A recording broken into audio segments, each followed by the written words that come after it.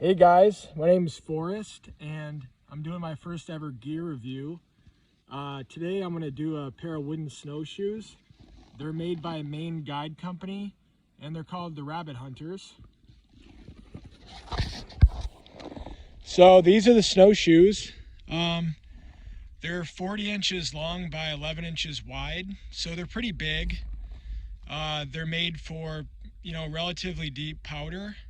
And there's a lot I like about them. They've got a really cool binding system that's pretty simple. And what I like is you can get your shoe on and off without actually even needing to take your glove off. So you stick your foot in. It's got this kind of rubber backing here and these two straps, so it's simple. You just tighten one and then tighten the other, and to get them off you kind of just undo the process with these little clips.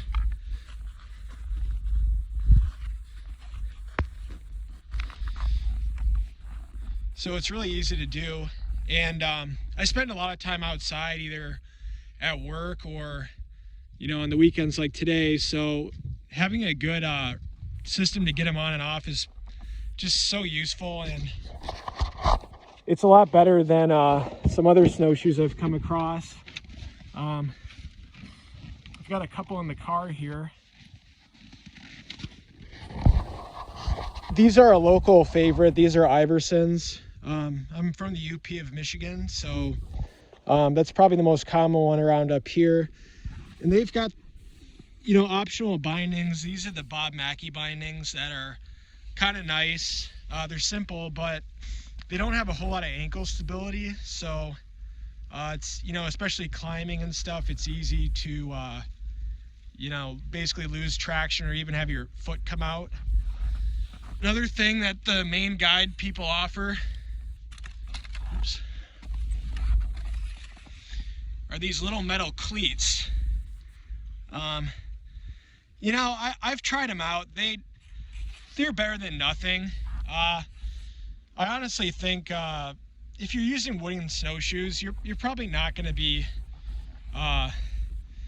really able to climb steep, icy stuff very well. I've got different pairs in the car here.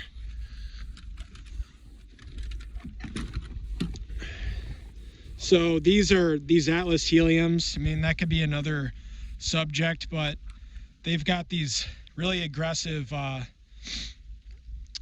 metal bottoms that are really good for climbing. But the problem is, in any kind of powder, they just sink right in with no weight. So it's kind of like anything. You just have to pick the right snowshoe for, whatever conditions you're in. It's better to try not to have an all-purpose one, just like anything. There's certain cars good for certain conditions, certain skis, so it's good to have a little bit of a quiver. So I guess next I'll just throw them on and walk around and maybe talk a little more about them.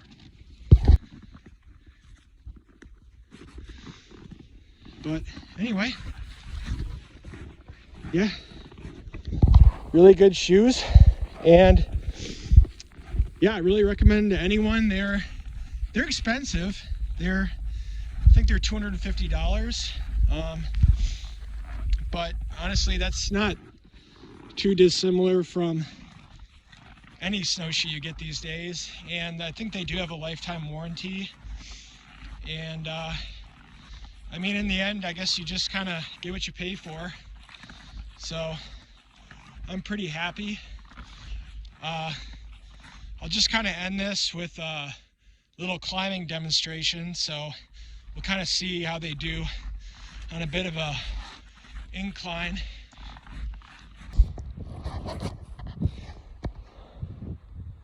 Well, my phone died for a second there in the cold, but I did have to take them off part of the climb. As you can see, hopefully, it's pretty steep hill. I'll show you forward and reverse here. This is probably about a foot of powder. It's very little base. It's very soft snow, so they're floating pretty well.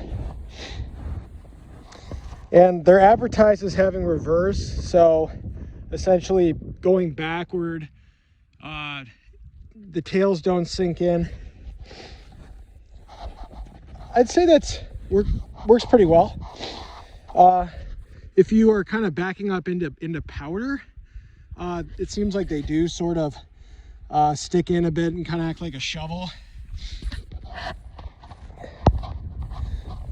Try to show that.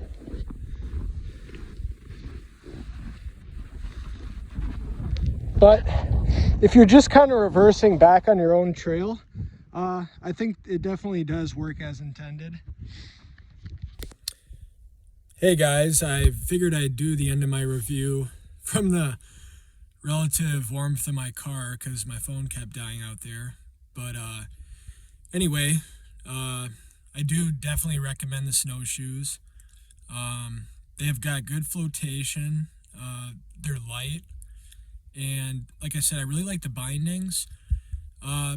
They're easy on, easy off. One thing I did notice is I think because they just have this clip holding those straps on, they can loosen up just a little bit, but they never came off. And if any of you have done a lot of snowshoeing, you know, a lot of the bindings out there will straight up come off or come loose, and it's a real hassle. So the fact that even if they loosen up, you can cinch them back down, even with the gloves still on, that's pretty critical, and I love that feature.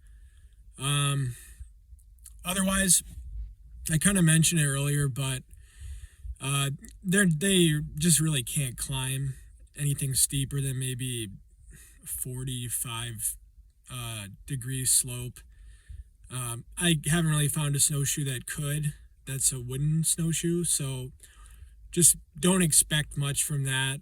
I know that Maine Guide sells those little star